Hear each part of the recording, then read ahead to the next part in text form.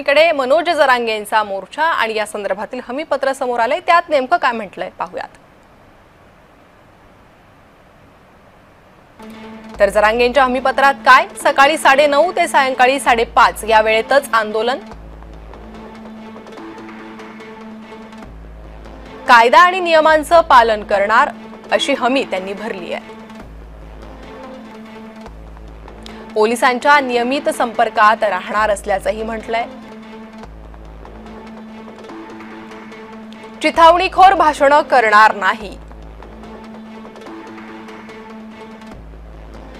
जाळपोळीची कृती होणार नाही,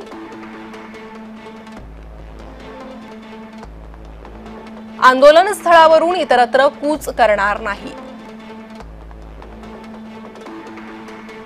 पांडुरंग मार्गांवर पोलिसांशी समन्वयाची जबाबदारी, पाणी वैद्यकीय मदत उपलब्ध करू,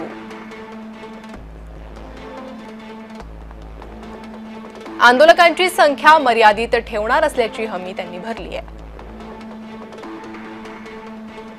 ठरलेल्याच ठिकाणी आंदोलन होणार आहे,